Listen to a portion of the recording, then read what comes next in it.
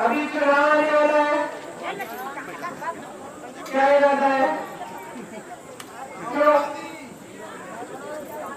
जल्दी क्या पसंद है राहुल गांधी? बड़े भाई है मेरे, और उनकी दो खासियत है।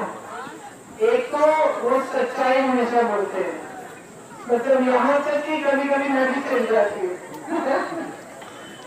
क्योंकि कभी कभी सच्चाई सुननी अच्छी नहीं लगती है ना, लेकिन भैया हमेशा सच बोलते हैं, किसी को अच्छा लगे ना लगे, ये उनकी खासियत है। तो एक बात तो स्पष्ट है कि आपके सामने आएंगे, आपसे कुछ कहेंगे, आपसे कोई वादा करेंगे, तो ऐसा वादा नहीं होगा जो वो पूरा नहीं कर पाएंगे, वो सच ही बोलेंगे। दूसरी खासियत क्या है कि वो अन्याय को बिल्कुल बर्दाश्त नहीं कर सकते। इसको इधर रख दो, नहीं तो अन्याय को बिल्कुल बर्दाश्त नहीं कर सकते। जब हम छोटे भी थे तो कभी कभी बच्चों में हो जाता है, किसी बच्चे ने किसी और को कुछ कह दिया, अगर उनको लगा कि किसी के साथ अन्याय हो रहा हो तो वो एकदम बचपन में भी उसके खिलाफ लड़ लेते, न्याय के पक्ष में लड़ते। तो अब गार्जियन की जो है वो शायद इस देश के इकलौते नेता होंगे जिन्होंने 4000 किलोमीटर पैदल यात्रा की है। 4000 किलोमीटर पैदल यात्रा की है। इसलिए इस देश को जागरूक बनाने के लिए, ये बताने के लिए कि ये देश एक है, मत भूलो कि सब भाई भाई हो। आपके बीच में फूट फैलाई जा रही है, और इसके अलावा ये यात्रा क्यों की? आप सबकी समस्याओं को सुनने के लिए और समझने के लिए। आज प्रधानमंत्री मोदी जी हैं, आपने कभी मोदी जी के किसी के गरीब के घर जाते हुए देखा है?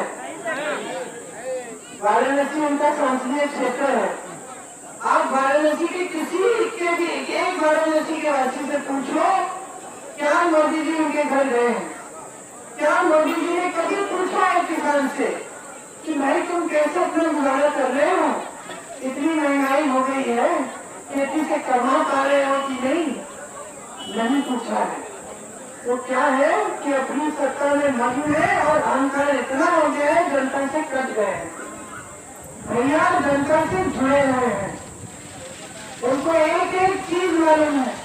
मैं उनके साथ बैठती हूँ, अगर खेती किसानी की बात करो तो सब कुछ मालूम है कि आपकी परेशानियां क्या है, कि जीएसटी से सारे जो खेती के सामान है कितने महंगे हो गए हैं, आपका गुजारा नहीं हो रहा है, कि आवारा पशु की कितनी बड़ी समस्या है, यहाँ सरकार ने हल नहीं की है।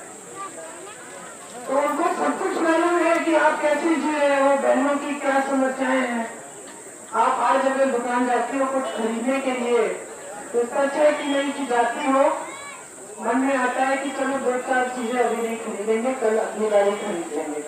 पता है ना, पैसे पूरे नहीं होते, चाहे कितना भी कमाओ, चाहे कितने भी सदस्य काम कर रहे हैं, चाहे महिलाएं भी मजदूरी कर रहे हैं, पुरुष भी मजदूरी कर रहे हैं, खेती कर रहे हैं, फिर भी पूरी नहीं हो रही है कमाई। क्योंकि सरकार की जो नीतियां हैं, इन नीतियों ने महंगाई को बहुत ज्यादा बढ़ा दिया है। आपके जो टैक्स है, टैक्स मतलब जो जीएसटी है, हर चीज में है, और आपको लगता है कि बड़े बड़े जो खरबपति हैं इनके भी टैक्स बढ़ाया जा रहा है? नहीं बढ़ाया जा रहा है।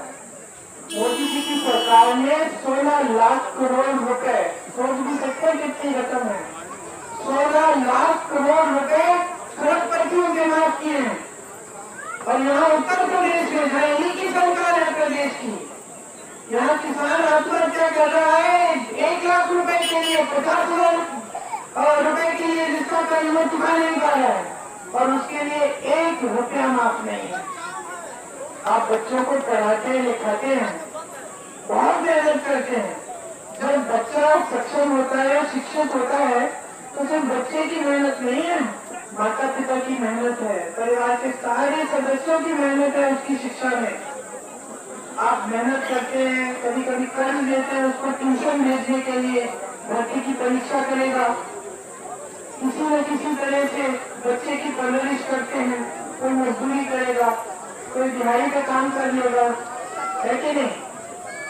फिर वो बच्चा शिक्षित होता है, आपने सारी मेहनत कर ली, अब पता चला कि वो भर्ती की परीक्षा दे रहा है, पेपर लीक हो रहा है, घोटाले हो रहे हैं।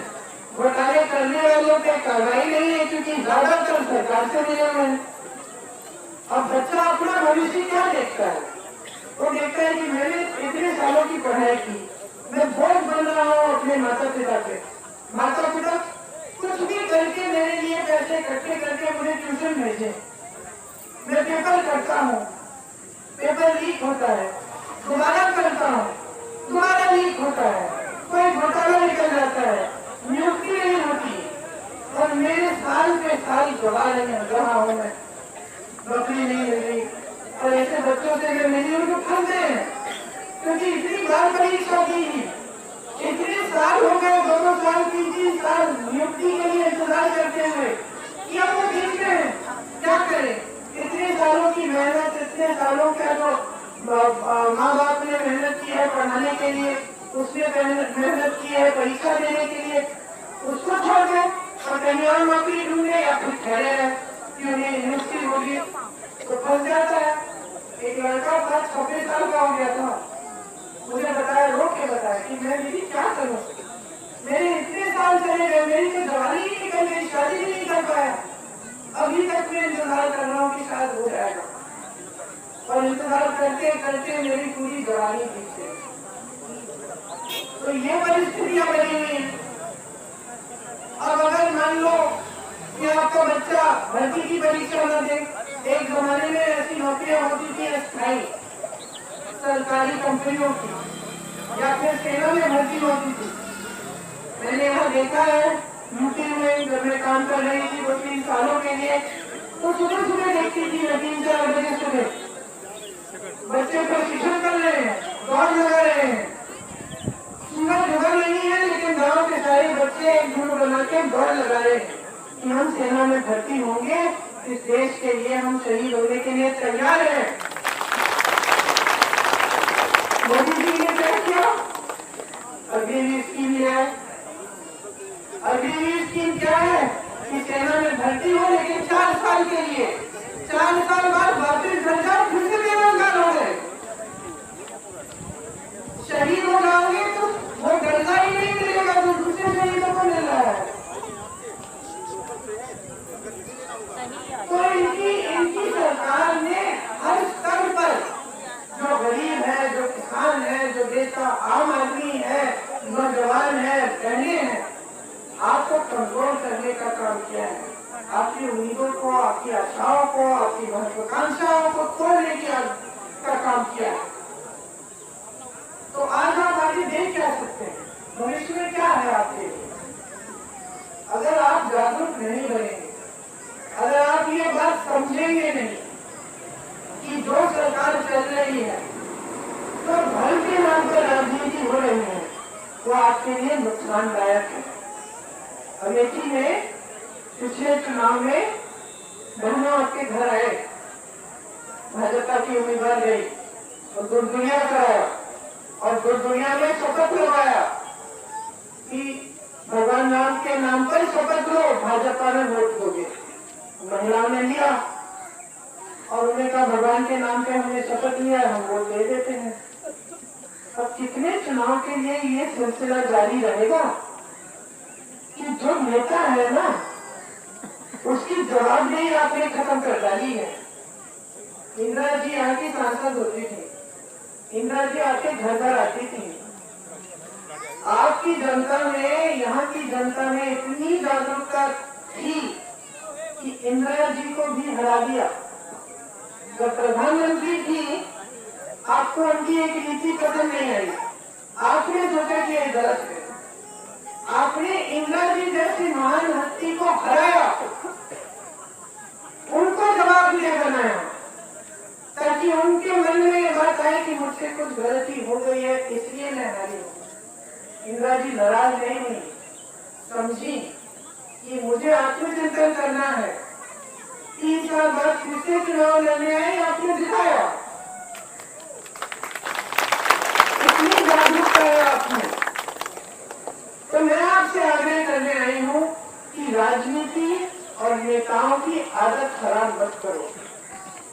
कभी कभी आपके घरों में आती हूँ आजकल, तो मैं पूछती हूँ कि भाई पानी आ रहा है, सड़क बन गई है। फिरोजाबाद में मैं गई थी एक महिला के घर, ना पानी था ना बिजली, बच्चे पास वाले पाठशाला में जाते थे लेकिन ज्यादातर अध्यापिका नहीं आती थी। वो महिला अपने आप थोड़ा सा कमाने के लिए चूड़ियों को, उस जगह में चूड़ियों का बहुत काम है, कांच की चूड़ियों का, तो वो काम करती थी, थोड़ा बहुत कमा के गुजारा हो जाता था। मैंने पूछा कि आप वोट किसको दोगी, तो मुझे बोलने लगी कि वोट तो दीदी मैं धर्म के आधार पर दूंगी। तो मैंने उससे पूछा, देखो जो तुम्हारे विधायक हैं, उस समय विधायकी का चुनाव था, लेकिन जो तुम्हारे विधायक है वो आते हैं एटीएम में, उन्होंने कहा आते नहीं है, तुम्हारे पास कोई सुविधा नहीं है, जो काम उसको करना है उसने एक काम नहीं किया। आपने कभी सोचा है कि क्यों नहीं कर रहा है ये काम? तो सोचने लगी। फिर मैंने समझाया कि काम इसलिए नहीं कर रहा है क्योंकि उसको मालूम है कि आज उसकी जवाबदेही काम के हिसाब से नहीं है, उसको काम करने की जरूरत नहीं है, क्योंकि वो जानता है कि तुम्हारा वोट तो धर्म के आधार पर मिलेगा। यहाँ आके कोई गुजरिया कर लेगा, कोई प्रार्थना करा के शपथ दिलवा देगा, कोई कह देगा कि राम भगवान के नाम पे वोट दे दो, धर्म संकट में है, और आप वोट दे दोगी, तो काम ही नहीं करेगा। अब आप अगर बच्चे की आदत बिगाड़ो, बच्चा आके कुछ कह दिया, कुछ गलत काम कर दिया, आपने उसको टोका नहीं, तो करते रहेगा, है ना? इसी तरह से तो आपको नेता को सिखाना है। नेता गलत कर रहा है, हर चुनाव में जब धर्म के आधार पर नेता आकर प्रचार करता है, जब आपसे वोट भगवान के नाम मांगता है, तो गलत कर रहा है, क्योंकि वो भगवान का नाम अपनी सत्ता को बनाने के लिए इस्तेमाल कर रहा है। अगर वो नेता आपके पास आता, आपके काम करता, विकास के कार्य भी करता, नल लगा देता, पानी आ रहा है, बिजली आ रही है, पाठशाला मजबूत बना दिया, अच्छा बना दिया है, आपके लिए सुविधा दी है, तब अलग बात है। लेकिन सिलसिला जो अब कायम हो गया है पूरे देश में कि नेताओं की जवाबदेही ही नहीं रही, बहुत अहंकार हो गया है कि हमें तो जीतना ही जीतना है धर्म के नाम पे, हम कुछ भी करें, 5 साल मुंह नहीं दिखाएंगे, कोई फर्क नहीं पड़ता। तो ये बात जो है, ये राजनीति के लिए, लोकतंत्र के लिए बहुत नुकसानदायक है। अब इन्होंने तो ये भी कह दिया है कि अगर इस बार 400 पार और अगर 400 सीटें इनको मिल जाए तो ये संविधान को भी बदल देंगे। अब इसका क्या मतलब है? जहाँ 103 साल पहले किसानों ने आंदोलन किया, यहाँ ऐसी धरती पे किसानों ने आंदोलन किया अंग्रेजी साम्राज्य के खिलाफ, हमारे लोकतंत्र के लिए लड़ रहे थे, हमारी आजादी के लिए लड़ रहे थे। लोकतंत्र ने हमें संविधान दिया। अब उस संविधान से आपका क्या मतलब मैं बताती हूँ। उस संविधान से सबसे पहले तो आपको वोट का अधिकार मिलता है कि सरकार आपके लिए काम नहीं कर रही है, गलत कर रही है, उसको बदल डालो। संविधान आपको आरक्षण देता है कि जो पिछड़े हैं, जिनको हजारों साल से जिनका शोषण हुआ है, वो आगे बढ़ पाए, उन्हें आरक्षण मिलता है, नौकरियों में मिलता है, हर चीज में ये संविधान देता है।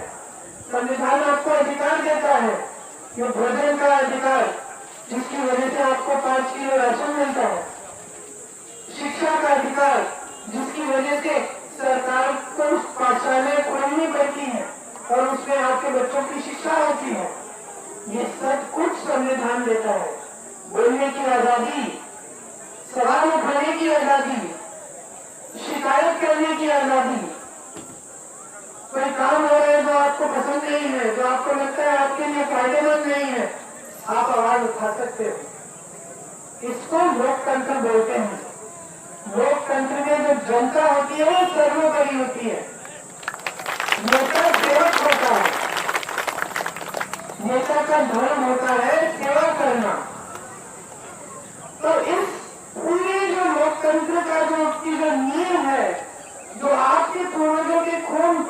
से डरी उसे बदलने की पूरी साजिश हो रही है आज देश में। आप इस बात को समझ लीजिए। नहीं तो संविधान को बदलने की बात नहीं होती, नहीं तो ऐसी चीजें नहीं हो रही होती जो लोकतंत्र को कमजोर करती हैं। ये मीडिया के सारे साथी हैं जो टीवी पे आपको दिखता है, आज सवाल ही नहीं उठाते, सरकार से पूछते ही नहीं है।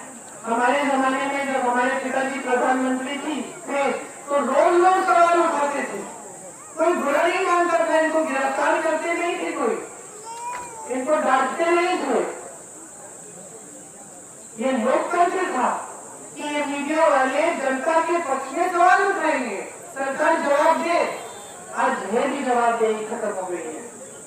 तो हर स्तर पर मोदी जी ने अपने आप को सक्षम बनाने का काम किया है, अपने बड़े बड़े खरबपतियों को सक्षम बनाने का काम किया है और जनता को दुर्बल बनाने का काम किया है।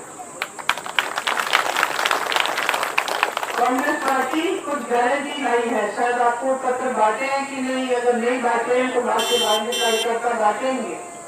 इसको न्याय पत्र बोला है उनको, क्योंकि हम समझ रहे हैं कि आपके साथ अन्याय हुआ है पिछले 10 सालों में, आपके जीवन में मुश्किलें बहुत बढ़ गई हैं। ये जो मुश्किलें हैं इनका सामना करने के लिए, इस बढ़ती हुई महंगाई से राहत के लिए हम कुछ गारंटी लाए हैं। उसमें मेरी बहनों, जो हर गरीब परिवार में जो सबसे बड़ी महिला है उसको 1 लाख रुपए सालाना उसके खाते में डाले जाएंगे, ताकि आप कुछ बचत कर पाए, आप भी अपने परिवार के प्रति अगर कुछ करना है, खरीदना है, आप खुद कर पाए। 50% मतलब आधी जो सरकारी नौकरियां हैं वो महिलाओं के लिए रखेंगे। पहले के आरक्षण के तहत तो अगर आपका इतना आरक्षण है उसमें आधी जो नौकरियां हैं वो आप ही की महिलाओं को मिलेंगी। इसके अलावा आशा बहुएं, आंगनबाड़ी, मिड डे मील वाली जो बहनें हैं उनका मानदेय बढ़ाया जाएगा। जो केंद्र सरकार की तरफ से पैसा आता है उसके लिए उसको हम दुगना करेंगे। किसान भाइयों के लिए जितने भी खेती के सामान है जिन पे आप आज जीएसटी दे रहे हो वो जीएसटी से मुक्त हो जाएंगे, सस्ते हो जाएंगे। आपकी कर्जमाफी के लिए एक स्थायी आयोग बनेगा, एक स्थायी आयोग बनेगा ताकि जब जब आपको कर्ज आपके माफ कराने हो या आपका संकट है कर्ज की वजह से तो आप उसको जाके वहाँ आयोग में जाकर माफ करा सकेंगे। ये स्थायी आयोग बनेगा। न्यूनतम समर्थन मूल्य कानून बन जाएगा। कानूनी तौर पर सरकार को आपको अपनी उपज के लिए न्यूनतम समर्थन मूल्य देना ही पड़ेगा। पूरे देश भर में श्रमिकों का अक्सर शोषण होता है, मजदूरी बहुत कम दी जाती है, खासतौर से ठेकेदार कई बार कम मजदूरी दे देते हैं, कोई पूछने वाला नहीं है। हम एक कानून बनाएंगे कि देश भर में 400 रुपए से कम दिहाड़ी कोई नहीं दे पाएगा। पेपर लीक की बात की, हम पेपर लीक के लिए एक कानून बनाएंगे, बहुत सख्ती से कार्रवाई होगी अगर पेपर लीक हो गए। और एक जॉब कैलेंडर आएगा जिसमें नियुक्ति का दिन, पेपर का दिन, रिजल्ट का दिन सब पहले से तय होगा। अगर कोई अधिकारी इधर से उधर करने की कोशिश करे तो उस पर सख्त से सख्त कार्रवाई हो। स्नातक पास बच्चों के लिए एक प्रोग्राम लाएंगे जिसको अप्रेंटिसशिप प्रोग्राम कहते हैं। उसमें स्नातक पास बच्चों को एक ऐसा रोजगार मिलेगा जिससे वो सीख भी पाए। जब तक उनका स्थायी रोजगार नहीं मिलता तब तक वो 1 साल 1 लाख रुपए सालाना कमा भी पाए। 50,000 करोड़ रुपए का फंड बनेगा जिससे अगर कोई रोजगार अपना छोटा कारोबार शुरू करना चाहे, क्योंकि हम चाहते हैं कि छोटे और मध्यम जो कारोबार है वो खूब मजबूत हो देश में। मैन्युफैक्चरिंग के यूनिट खूब सारे बने जिसमें चीजें बनती हैं, ताकि क्योंकि उनसे सबसे ज्यादा रोजगार मिलता है। तो हम 5,000 करोड़ रुपए का फंड रखेंगे ताकि नौजवान अगर कुछ अपना बिजनेस शुरू करना चाहे तो उसको सुविधा हो जाए इस फंडिंग पैसों से। तो इसके अलावा बहुत सारी ऐसी स्कीम है जो हम आपकी भलाई के लिए लाना चाहते हैं और आपको मजबूत बनाने के लिए, आपको आगे बढ़ाने के लिए लाना चाहते हैं। तो आप मेरे भाई को भारी से भारी बहुमत से झुकाइए। पोलिंग के दिन जरूर दौड़ आइए, जानिए खासतौर से भैया को झुकाएंगे तो आपको एक ऐसे शासन मिलेंगे जो दिन रात एक करके आपके लिए काम करेंगे। ये जो मशीन है ना ऊपर खड़े को, ये मशीन है ना तीसरे खाने में जो बटन है वो दबाना है भैया के लिए। जब आप बटन दबाओगे ना तो ध्यान से देखना पर्चा निकलता है। अगर आपने पंजा का बटन दबाया तो पर्चे पे भी पंजा आना चाहिए। ये आप ध्यान से देखिए कि पर्चे पे कोई और कमान या कुछ और ना है, उस पर भी पंजा होना चाहिए।